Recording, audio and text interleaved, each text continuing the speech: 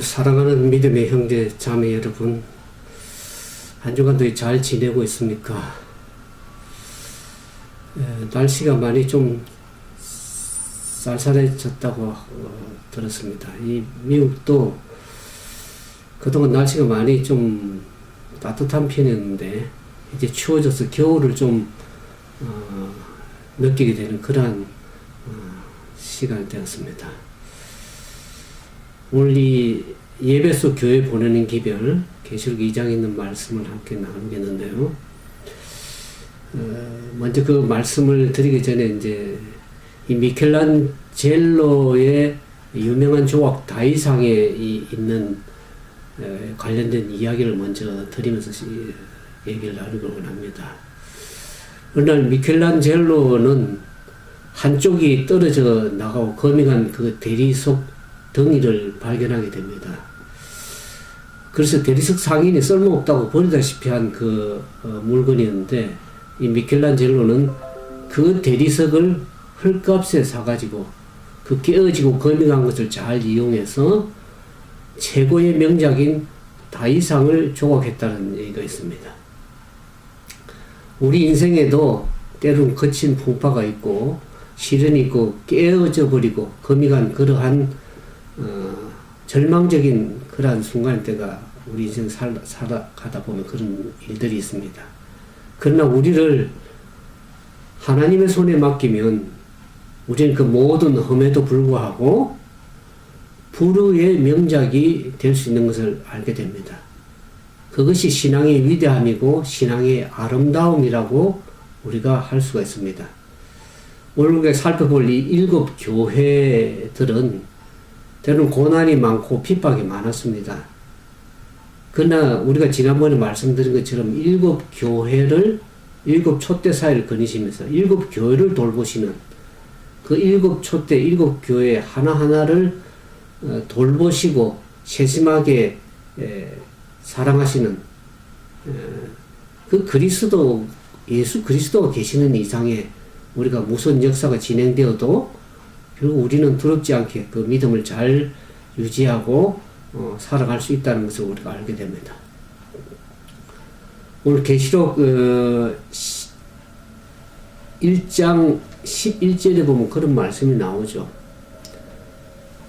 요한이 계시를 받으면서 반모섬에서 계시를 받았다고 지난 말씀을 들었습니다. 근데 11절에 보면 너 보는 것을 책에 써서 예배소, 서머나, 버가모, 두아디라 그 다음에 4대 빌라델피아, 라오디게아 7 교회에 보내라 이렇게 얘기를 하는 것을 알게 됩니다. 그러면서 이 19절에 보면 그러므로 내 본 것과 이제 있는 일과 장차 될 일을 기록하라 그랬습니다. 그래서 내 본 것은 내 오른손에 7 별의 비밀과 7 금초대라. 7 별은 7 교회 사자요 7 촛대는 7 교인이라 그런 말씀이 나옵니다. 이 당시에 이 소아시아의 이 예배소 교회는 이 예배소 교회가 예배소라는 그 지역이 그 당시 오늘날 보면 이제 터키에 해당되는 지역이죠. 근데 이 사도 바울이 이 소아시아 7 그 당시 이제 3년간 선교 여행 중에 3년을 머물면서 2차 선교 여행 할 때죠. 3년을 머물면서 교회를 개척한 곳이 이 교회를 세웠습니다. 그 예배소는 그 현재 그 이 터키란 지역에 있는데 그 이 터가 폐허가 돼서 유적지만 남아 있죠. 지금은 그 7 교회 중에 가장 많은 발굴이 이루어진 것이 예배소입니다.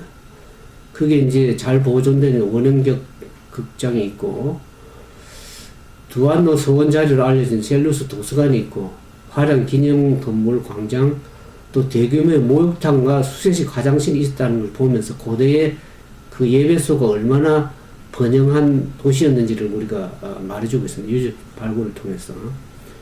그래서 이 예배소라는 이름은 이 뜻의 이름이 바람직하다 또는 부러워할 만하다 할 만하다. 그런 뜻을 가지고 있습니다. 그래서 우리가 예배소 보이는 기별에 보면, 수고와 인내에 대한 그 칭찬이 나오죠. 그러면서 책망에 대한 첫사랑을 버렸다고 하는 책망에 대한 말씀도 하시는 것을 보게 됩니다. 이 일곱 교회 여기 보내는 첫 번째 그 예배소 그 교회 보내는 그게 보면 이 1세기에 이 번영했던 아시아의 소아시아 이 도시들에 자리 잡은 그 일곱 교회 중에 첫 번째로 이 예배소 교회에게 기별이 전달되는데 그때 이 일곱 교회들이 예배소를 포함해서 모두 일곱 교회들이 심각한 어려움에 직면해 있었습니다. 그 당시에 이제 제11대 로마 황제 도미티안 황제가 이 황제 숭배를 하게 해서 이 로마 제국으로부터 이제 많은 충성에 대한 정보로서 황제 숭배를 하도록 그렇게 강요를 했습니다. 그래서 그 당시에 있는 시민들에게 공적인 행사뿐만 아니라 여러 가지 이교회 제의에 참여하도록 그런 요구를 받았는데 많은 기독교인들이 그 같은 행위에 참여하기를 거부했기 때문에 고난을 많이 당하고 때로는 순교도 당하게 됐습니다. 그래서 요한이 이제 이 일곱 교회 보내는 그 계시를 받으면서 이 예수님으로부터 명령을 받아서 신자들이 이러한 어려움에 잘 대처할 수 있도록 일곱 교회에게 기록을 해서 보내라는 그런 것을 보게 됩니다. 근데 계시록 해석 방법이 여러 가지 지난번에도 말씀드렸지만 해석 방법이 있다 그랬습니다.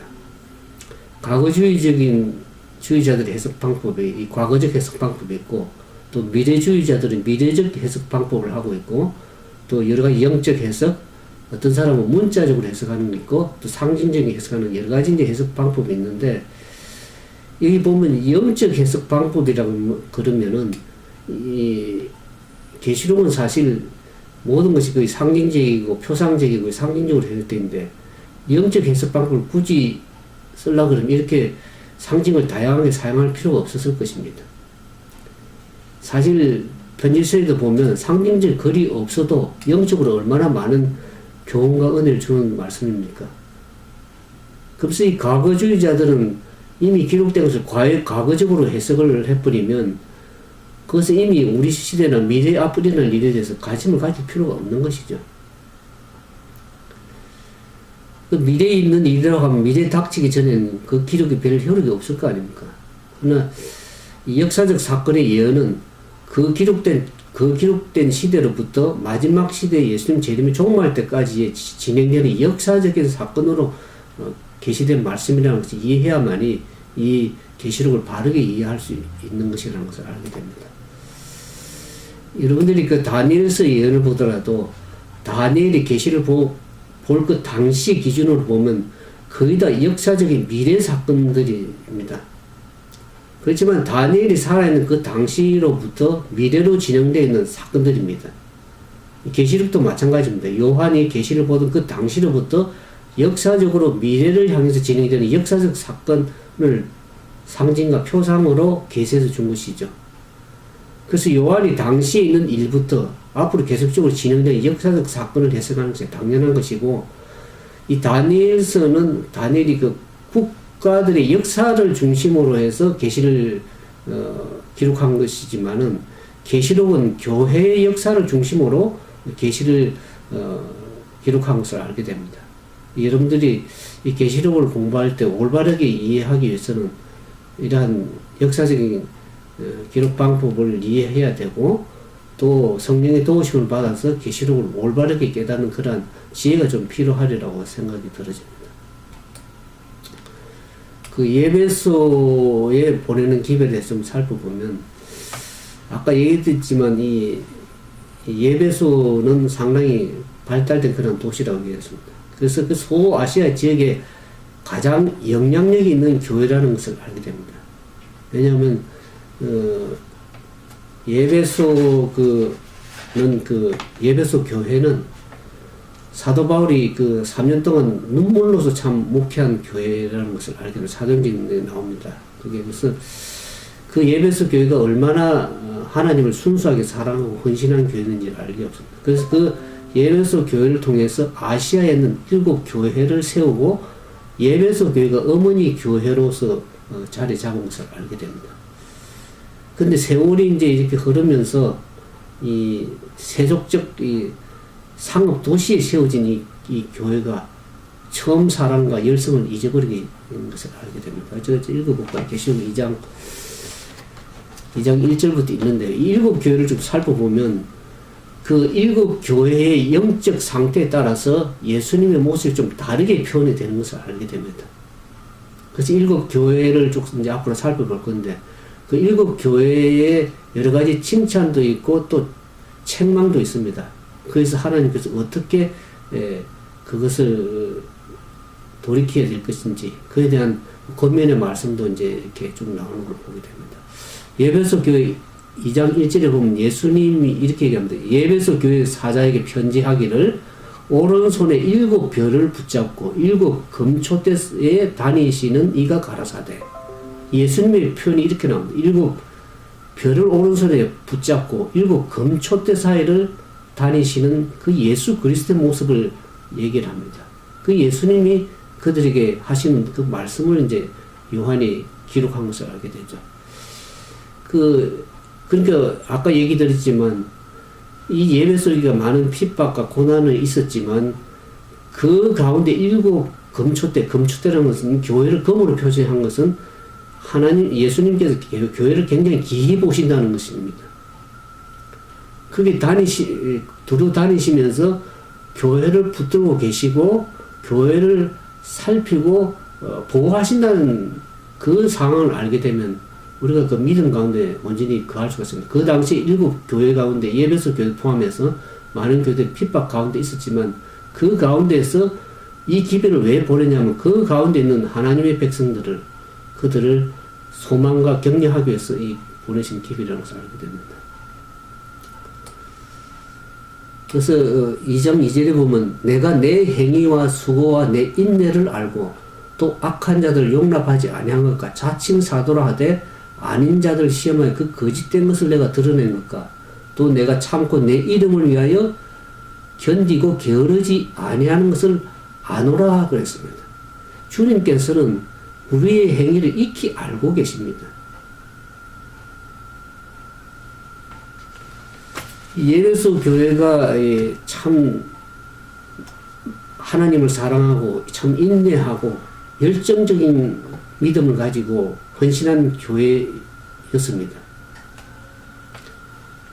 그럼에도 불구하고 이 첫사랑 교회, 이 에베소 교회가 이 7교회도 좀 기본적으로 알 것이 그 당시에 주어진 기별이지만은 7교회만을 위해서 주어진 것이 아니고 앞으로 세상 역사 계속 존재하게 될 교회들을 향해서 준 기별이고 잘 읽어보시면 그 교회 소속된 각 개인에게 주어진 신앙적 특성에 대해서 살펴보면 그것이 결국에 우리에게 주어진 마지막 시대에 살아가는 하나님 백성들이 주어진 기별이라는 것을 기초적으로 좀 이해를 해야 될 것입니다. 그래서 이제 이 에베소 교회는 각 시대에 나타난 모습과 같은 것, 이 에베소 교회가 보통 분류하기를 초기 그리스도의 교회라고 분류합니다. AD 31년부터 100년까지 있는 시대의 교회를 표상적으로 이렇게 얘기를 하는데, 사실 에베소가 참 처음에 순수하게 하나님을 사랑했지만 어느새도 열정적으로 헌신했지만은 그러면서 핍박과 순교를 당하고 많은 순교자를 나왔지만 그들의 사랑이 식을 줄 몰랐습니다. 그러나 이 사도들이 그 당시에 존재된 사도들이 한 사람씩 이제 떠나고 결국에 그들이 기다렸던 예수님의 재림도 속히 오지 않은 것을 보면서 그들의 믿음의 상정이 식어지기 시작했습니다. 그 믿음이 식어지다 보니까 결국에 교회 여러 가지 이단설도 고개를 들기 시작했고 교회가 급속도로 냉랭해지기 시작했고 그래서 믿음과 사랑을 버리고 결국에는 타협하는 신앙으로 무관심한 신앙으로 빠진 그 모습들을 우리가 보게 됩니다. 그래서 하나님께서 어떻게 하면 너에게 책망할 것이 있다 그랬습니다. 그래서 너희 처음 사랑을 버렸다. 그래서 너희가 어디서 떨어진 것을 생각하고 회개하여 처음 행위를 가지라. 그리 아니하면 회개치 아니하면 내가 내게 임하여 내 촛대를 그 자리에서 옮기리라는 하나님의 경고의 말씀이 주어질 정도로 그렇게 되어버렸습니다. 회개하여 처음 행위를 가지라. 호소의 말씀. 오늘 우리에게 개인에게도 주어진 말씀입니다. 우리가 신앙생활을 하다 보면 뜨거웠던 처음에 그 열정, 그 신앙이 다 사라져버리고 맹목적인 형식적인 신앙을 하는 사람들을 많이 볼 때가 있습니다. 그들이 처음 믿을 때는 얼마나 주님에 대한 열정과 믿음의 헌신이 강했습니까? 그러나 그들이 처음 믿을 때보다 이제 점점 믿음이 식어지고 냉랭해지는 것을 보면서 주님께서 우리에게 어디에서 떨어졌는지를 생각하고 처음 돌이키라고 얘기를 하는 것을 알게 됐죠. 아까 AD 31년대 100년까지 시대의 교회를 얘기를 들었습니다. 이 예배소 교회를 표상적으로는 초기 시대, 사도 시대의 교회라고 표현을 할 수가 있습니다. 이 사도 시대의 교회들 처음에 얼마나 믿음이 열정적이고 뜨거웠습니까? 그래서 믿음의 순결한 교회였습니다, 한마디로.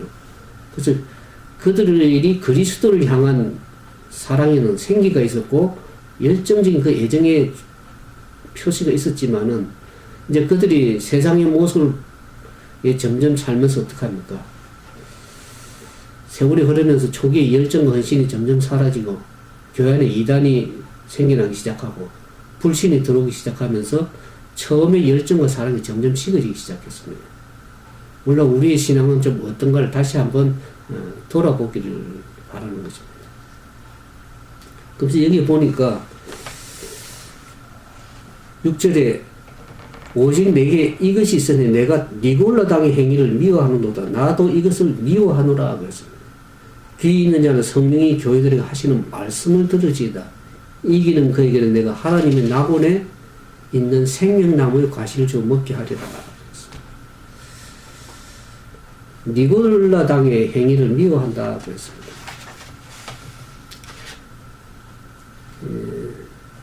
예배설교가 좀 단점이 있었지만은 하나님과 그 교회를 해치는 니골라 당의 이 행위, 그것이 교회 안에 있었습니다. 이 니골라 당의 행위를 그 요한계시록 2장에도 보면 그 나옵니다. 2장 서머나 교회 얘기를 하면서 2장 14절에 보면 그러나 내게 두 가지 책망할 것이 있나니 거기 내게 발람의 교훈을 지키는 자도 있도다. 발람이 발락을 가르쳐 이스라엘 앞에 올물로와 우상제물을 먹게 하였고 행음하게 하였느니라. 이와 같이 내게도 니골라 당의 교훈을 지키는 자도 있도다. 그런 얘기를 하는 걸 봐서 발람의 교훈과 니골라 당의 교훈을 이렇게 동일시하게 표현을 한 것을 2장의 14절을 보게 됩니다. 그러니까 이 발람의 교훈이 뭔가 여러분들이 이제 성경에서 찾아보면 잘 알 수가 있죠. 발람의 교훈은 이스라엘 배도케 한 선지자죠. 그래서 발람의 교훈은 세상과 타협하는 걸 얘기를 하고 있습니다. 니골라 당의 행위와 교훈은 하나님 백성들이 어떤 그 온물을 놓아가지고 그들 하여금 믿음에서 떠나서 멸망하게 하는 것이죠. 그러니까 이 니골라 당의 교훈의 핵심이 뭐냐 그러면 거룩한 것과 속된 것을 구별을 없애버려가지고 세상과 교회의 차이를 알 수 없게 만들어버려서 교회가 세상을 변화시켜야 되는데 오히려 교회가 세상과 타협해가지고 하는 그런 행위를 이렇게 얘기를 하고 있습니다. 그러나 여기 보는 것처럼 세상의 모든 향락, 쾌락을 떠나서 진정으로 하나님의 말씀을 순수하게 지키고 기도하기를 좋아하는 그러한 자들은 이 니골라 당의 교훈을 떠나서 오늘 이 성령이 교회들에게 하시는 그 말씀을 들을 수 있는 그런 영적인 길을 가질 수가 있을 것이라 생각이 들어집니다. 그런 영적인 길을 가지고 있는 자들은 어떡합니까? 성령이 교회들에게 하시는 그 음성을 듣고 세상을 이기는 믿음을 가질 수 있기 때문에 결국에는 어떡합니까? 이기는 그에게 주는 하나님의 낙원에 있는 생명나무의 가시를 먹게 될 것입니다.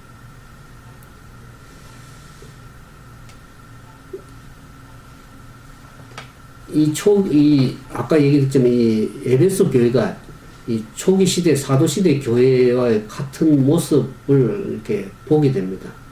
초기 시대 교회가 얼마나 열정이 강하고 믿음이 헌신했지만 점점 믿음이 식어지고 결국에는 이렇게 세월이 지나면서 그 열성이 식어서 그러나 기본적인 믿음에 대한 충실성을 가지고 있었지만 하나님께서는 처음 사랑을 버렸기 때문에 다시 돌이키라고 회개하고 돌이키라고 얘기를 하고 있습니다. 이 초기 시대 교회가 세 가지 문제를 가지고 있었습니다. 첫째는 외부에서 밀려들어오는 이 핍박. 일곱 교회가 그런 모습이었죠. 초기 시대에도 그런 모습이 있었습니다. 그러면서 오늘 보는 것처럼 니골라당의 행위 교훈을 받는 사람이 나오는 것처럼 내부적으로 거짓 가르침이 고기를 들기 시작했고, 그 다음 셋째는 예수님의 재림이 계속 지연되는 그런 문제들이 이러면서 신앙이 자꾸 나태하고 해이해지기 신앙. 오늘 많은 교회도 보면 신앙이 오래 이제 지속이 되다 보면 형식적인 신앙, 맹목적인 신앙으로 가는 것을 많이 봅니다. 그래서 제가 다음에도 말씀드렸지만 계시록을 계속 살펴보게 되면 교회가 얼마나 세상과 타협해서 세속화되고 타락이 되어서 거기에는 성령이 거할 수 없는 그야말로 타락된 모습이 계속 18장에 나옵니다. 그래서 계속 14장에 가면 이제는 사단이 계속 13장을 지나 14장에 가보면은 교회가 원래 이제 지금 시대도 마찬가지로 선악간의 대쟁투에서 그리스도와 사단 간에 사단이 더 이상 교회와 싸움을 하지 않습니다. 교회와 싸우는 것이 아니라 교회의 남은 백성, 하나님의 계명과 예수 믿음을 지키는 그 남은 자손과의 결국에 싸우는 모습을 보게 됩니다. 이게 이제 13년 4천 얘기 계속 제가 나중에 드리겠지만 결국에는 하나님의 교회가 세속화되고 타락되는 그 모습을 하나님께서 계속 경고하십니다. 그럼에도 불구하고 회개치 아니하면 그 촛대를 결국 옮기는 그런 일까지 벌어지게 되는 것을 보면서 우리는 어떤 믿음의 신앙을 가지고 살아야 될지를 경각심을 가지고 살아야 될 것이라고 생각이 들어집니다.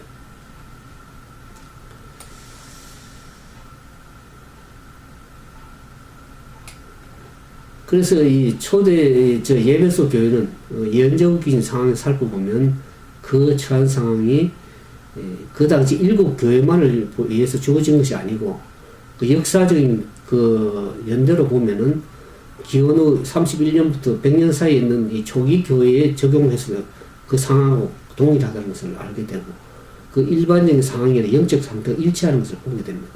그래서 그 당시에 일곱 교회, 예배소 교회만을 위해서 주어진 것이 아니고 마지막 시대에 존재할 하나님의 교회를 향해서 주어진 기별이라는 것을 예언적으로 알 수가 있습니다. 그래서 우리가 앞으로 이제 일곱 교회를 살펴보는데 이 일곱 교회를 통해서 우리 각 개인이 어떤 영적인 상태에 있는지를 좀 살펴보면서 우리의 믿음을 굳게 세우는 그런 시간이 되길 진정으로 바라면서 말씀을 마치도록 하겠습니다. 함께 기도하겠습니다. 사랑과 자비가 많으신 거룩하신 아버지 하나님, 우리가 이 시대에 살게 하시고 마지막 시대에 인봉하지 말고 때가 가까울 때 펼쳐서 계시적으로 우리에게 알게 하신 그 말씀을 우리가 열어서 펼쳐서 우리의 진정한 상태를 살펴보고 예수님이 얼마나 우리를 향해서 돌보시고 사랑하시는 것을 깨달아 알 수 있는 그런 믿음을 가질 수 있도록 도와주셔서 세상에 때가 가까움을 보면서 우리가 어떠한 믿음을 가지고 살아야 될지를 다시 한번 깨달음을 주셨음을 인해서 감사를 드립니다. 과거에 예배소 교회에 그 열성적인 믿음을 가졌던 그 교회가 그 주님에 대한 처음 사랑을 잊어버리고 그래서 믿음에 식어가는 그 교회를 향해서 주님께서 사랑의 권면을 주신 것을 깨닫고 오늘 우리 자신을 다시 한번 주님께 헌신하고 돌이키는 그런 믿음의 삶이 되기를 원합니다. 우리를 불쌍히 여기시고 항상 돌보시고 촛대사에 그리시는 그 좋으신 예수님을 믿음으로 바라보면서 믿음으로 성례 나가는 우리 모두가 되도록 도와주시옵기만을 바라올 때 우리를 죄 가운데서 구원하신 우리 주님 예수님 이름으로 감사하며 간절히 기도드리옵나이다. 감사합니다.